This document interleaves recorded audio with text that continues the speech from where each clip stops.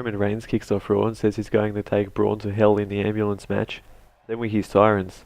I thought Scott Steiner was about to come out and break Reigns' skull, but an ambulance backs up off to the side of the stage. Reigns opens the doors and no one's there. Then Braun blindsides him. They punch on a bit on the stage and Braun throws Reigns off the stage into the side of the ambulance and then throws him in the back of it and shuts the doors. Elias Samson, Sheamus and Cesaro are taking on the Hardy Boys and Finn Balor, but before the match Samson plays his guitar with Sheamus and Cesaro beside him, but before they can sing the Hardys come out. Some guy from the Transformers movie is on commentary after a commercial break. I don't know who he is. He's there to promote a WWE movie coming out next year with Sheamus in it. It's a bit early to promote it. Anyway, this was a good match. The finish was Balor hitting the coup de grace on Cesaro, while Matt hit Sheamus with a twist of fate on the outside, and Jeff dove onto Samson off of the apron. Goldust cuts another one of his promos and says Shattered Truth hits Hollywood tonight. It's announced at the end of the promo he's taking on R-Truth next. Goldust comes out in his old gold attire, but no hairpiece, which was disappointing. He has his own cameraman who's dressed in all gold and has a sort of gold camera. I guess this is the Shattered Truth that they're filming now. The match doesn't start and Goldust just bashes Truth while his cameraman films. That was weeks of a build. Maybe they'll have a match at the pay-per-view. Hopefully it's good. Paul Heyman's getting interviewed backstage and says Lesnar will be here tonight. Then Joe grabs him from behind and says he's going to put Lesnar in a cocaine clutch tonight.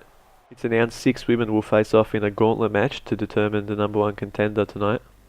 Then there's a promo for Miz TV coming up, and it's said that LeVar, Lonzo, Leangelo and LaMelo Ball will be on Miz TV, but Leangelo wasn't there. He's one of the brothers, in case you were wondering.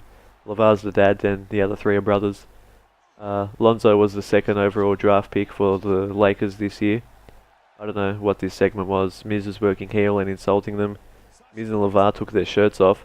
The funniest thing that happened was LaMelo saying, "Beat that nigga ass!" 2 times on the PG show. Then Ambrose comes out and says he likes free shirts while wearing a big Brawler brand shirt, which is LeVar's brand. Then his music plays to end the segment, and after the break there's a 6-man tag with The Miz, Curtis Axel and Bo Dallas versus Ambrose, Rhino and Heath Slater. I didn't care for this match. The finish was Miz hitting Rhino from the outside and then Bo Dallas rolling him up. Michael Cole said they cheated, which they didn't. That wouldn't cause a DQ, so he's a dickhead. Enzo Amore comes out and says him and Cass need to talk, man to man. Cass comes out and has the same song as Enzo does. Then Enzo cuts a passionate promo about being brothers and family with Cass. Then Cass asks Enzo to accept his apology and extends his hand, which Enzo shakes. Then they hug it out and do the whole soft thing. At the top of the ramp they raise their hands and Cass clotheslines Enzo. Cass then picks him up and throws him down the ramp and walks off. Rollins versed Kurt Hawkins in a 3-minute match. He won with that knee thing that he does. Bray Wyatt comes on the Titantron after the match and cuts a cryptic promo and talks about July 9th, which I think is the date of the pay-per-view. So I guess they're having a match there. Paul Heyman comes out and talks about how Joe cheap shot Lesnar in the brawl that they had a few weeks ago. Then Brock comes out at the top of the ramp and Joe attacks him from behind and tries to lock on the cocaine clutch. Brock fought it for a while, even driving Joe into the LED screens, but Joe got him on his knees and then people grabbed Joe and pulled him off, while Lesnar caught his breath on the ground. This is better than their pull-apart brawl from a few weeks ago. Neville took on Lindsay Dorado, while Akira Tozawa watched from ringside. Neville won with 3rd division while looking at Tozawa.